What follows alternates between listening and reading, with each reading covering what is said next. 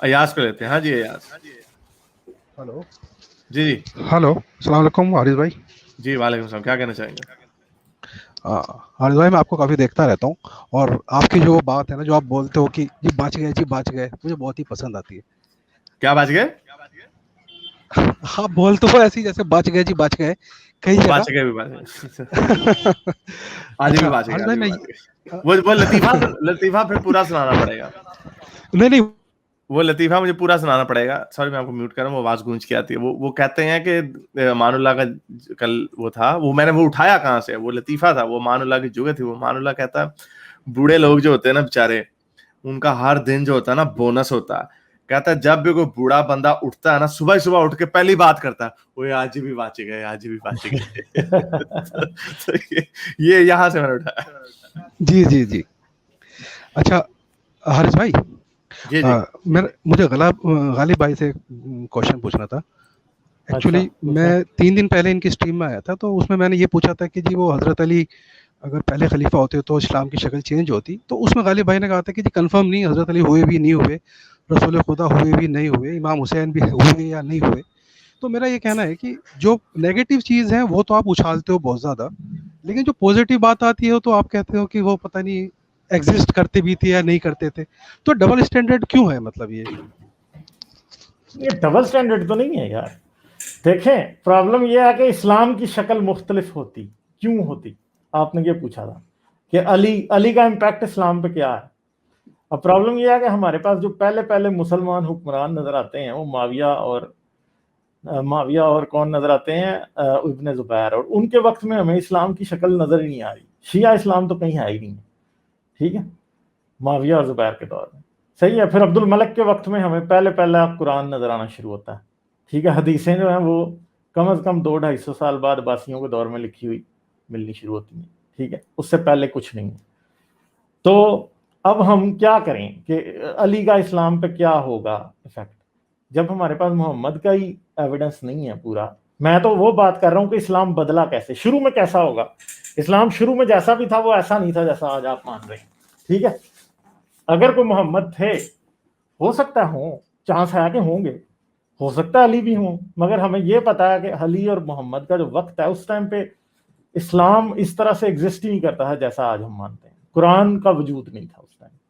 ٹھیک ہے, کوئی پروٹو اسلام ہوگا شاید, مگر اس پہ علی کا کیا ایفیکٹ ہے. جو بھی باتیں لکھی گئی ہیں, مذہب کیسے بنتے ہیں, مذہب کا ایک کور ہوتا ہے سینٹرل. ٹھیک ہے, ایک کوئی ایسا شخص ہوتا ہے جس کی بیس پہ مذہب بنایا جاتا ہے, جیسے بدھا کا ہے بدھزم کے کیس میں. ٹھیک ہے, کرسچینٹی کا جیزس ہے. تو جیزس کے کیس میں ہمیں یہ پتہ نہیں ہے کہ جیزس اصل میں کیا تھے, کیونکہ جیزس کے بارے میں جتنی باتیں پتہ چلتی ہیں وہ دوسرے لوگوں سے پتہ لگتی ہیں. جیزس نے اپنی کوئی بایوگرافی نہیں لکھی, جیزس نے کچھ ایسا نہیں لکھا. یہی مسئلہ محمد کا بھی ہے, اور ایسا ہی کچھ مسئلہ علی کا بھی ہے, کیونکہ ہمیں نظر آ رہا ہے کہ اسلام کے پہلے آثار حضرت محمد کی ڈیتھ کے 100 سال بعد ہمیں نظر آنے شروع ہوتے ہیں. ٹھیک ہے, اور جب 100 سال بعد ہمیں نظر آنے شروع ہوتے ہیں تو اس سے بعد کیا ہو رہا ہے حدیث کا کوئی پتہ نہیں ہے. اور حدیث کی کتابوں کے بغیر علی کا وجود کیا ہے, تاریخ کی کتابوں کے بغیر علی کا وجود کیا ہے, وہ لوگ کیا مانتے تھے, ہمیں بالکل بھی نہیں پتا. اور آج سب سے جو بڑی غلط فہمی ہے ہماری یہ ہے کہ جتنے آج ہم انفارمڈ ہیں اسلام کے بارے میں, اس وقت کے لوگ اتنے انفارمڈ تھے. دیکھیں حدیث نہیں ہے, تاریخ نہیں ہے, فقہ نہیں ہے, قرآن لوگوں کے پاس نہیں ہے. تو مجھے یہ بتائیں کہ لوگ کیا جانتے ہوں گے اسلام کے بارے. آج ہم جو اسلام کی پوری شکل ہم دیکھتے ہیں, یہ ساری کی ساری حدیث, قرآن سے تو معلوم ہی نہیں ہوتی. قرآن ہو بھی نہ تو آپ کو علی کے بارے میں کچھ معلوم نہیں ہو, علی کا نام ہی نہیں ہے قرآن میں, بتائیں کیا پتا چلے گا, کچھ بھی نہیں. اور حدیث جو ہے وہ لکھی کب گئی ہے, 250 سال بعد. شیعہ حدیثیں تو 300 سال بعد لکھی گئی ہیں. نہج البلاغہ وغیرہ جو ہیں یہ تو بخاری سے بہت بعد میں لکھی گئی ہیں. اب ہمیں کیا پتا کہ ایک بندے نے 300 سال پہلے کیا کہا تھا. ہم یہ سمجھتے ہیں کہ جیسے آج ہم انٹرنیٹ پہ بیٹھ کے انگلیاں مارتے ہیں اور ہم نے پوچھنا ہے کہ طلاق کا مسئلہ کیا ہے, تو ہم انٹرنیٹ پہ انگلیاں مارتے ہیں اور ہمیں ویڈیو مل جاتی ہے. بھائی ایسا مسئلہ ہی نہیں تھا اس وقت. اس وقت مذہب کے بارے میں جاننا ایک بہت مشکل کام تھا. آپ کو 1 to 1 پرسن ملے گا, 1 to 1 پرسن جو مولوی بھی آپ کو ملے گا وہ لکھ سکتا پڑھ سکتا کہ نہیں. اس کے پاس کیا آپ یہ سمجھ سکتے ہیں کہ آج سے 1200-1300 سال پہلے ایک ایران میں مسجد ہے تو اس کے اندر آپ کے پاس سائے ستہ ساری کی ساری پڑھی ہوں گی. سائے ستہ ایگزسٹ ہی نہیں کرتی تھی تو پڑھی کہاں سے ہوں گی, ہے ہی نہیں ہے. کیا قرآن لکھا ہوا ان کے پاس تھا؟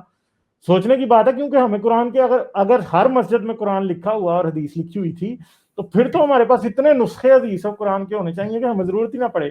اور مگر مسئلہ یہ ہے کہ اس وقت کچھ بھی نہیں ملتا. اب مسجدیں تو ہزاروں کی تعداد میں ہوں گی مگر قرآن کے نسخے کوئی نہیں ہے, حدیث کے نسخے تو اس سے بھی ناپید ہیں. بخاری کا سب سے پرانا نسخہ جو ہے کم از کم 1600 AD کا ہے, ٹھیک ہے. تو اب مجھے بتائیں کہ کون کیسے, کس کو کیا پتا ہوگا کہ اسلام کیا ہے. اور یہ میں آپ کو چیلنج سے کہہ سکتا ہوں کہ آج سے 150 سال پہلے رہنے والے, 100 سال 50 سال پہلے رہنے والے پاکستان اور انڈیا میں رہنے والے مسلمانوں کو بخاری وغیرہ ان کا کچھ پتہ ہی نہیں تھا. بریلوی اسلام کیوں پاپولر ہے؟ کیونکہ بریلوی اسلام میں آپ کو حدیثوں کی طرف نہیں دیکھنا پڑتا, آپ وہ کر رہے ہیں جو بابے کر رہے ہیں, ٹھیک ہے. اس لیے ہمارے ہاں بریلوی اسلام زیادہ پایا جاتا ہے, عربوں کے ہاں دوسرے پائے جاتے ہیں.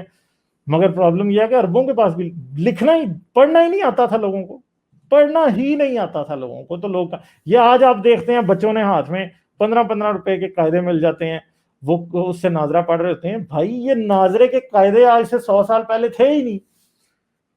مسجد میں قرآن ہوتا تھا تو بچے جا کے, اور ہر بچہ قرآن پڑھنا سیکھتا بھی نہیں تھا. یہ بات ایسے فضول بات ہے, یہ سچائی نہیں ہے اس میں. کرسچن کو بھی نہیں پتا تھا بائبل میں کیا لکھا ہے, مسلمان کو نہیں, ہندو کو نہیں پتا تھا کہ ان کی کتابوں میں کیا لکھا ہے. آج یہ وید کر رہے ہیں تو یہ بھی بخاری قرآن جو مرضی کریں, بات لاجیکل ہی نہیں ہے. 100 سال 150 سال پہلے لوگوں کو پڑھنا آتا ہی نہیں تھا. کوئی بہت کم کو مسجد میں کوئی پکا مولوی, کوئی امام الحدیث, کوئی بہت بڑا مدرسہ کوئی ہو کہیں دیوبند میں یا بریلی میں ہو کوئی, تو وہاں پہ لوگوں کو پڑھنا لکھنا آتا ہوگا. اس کے علاوہ باقیوں کو تو کچھ بھی نہیں آتا. چلیں ڈیٹیل سے آپ کا جواب آ گیا اور وہ ڈراپ ہو گیا, مجھے نہیں پتا. وہ میرے اس نیک کام کو جاری رکھنے کے لیے مجھے پے پیل یا پیٹریون پہ ضرور سپورٹ کیجیے تاکہ میں اپنا پیغام زیادہ سے زیادہ لوگوں تک پہنچا سکوں.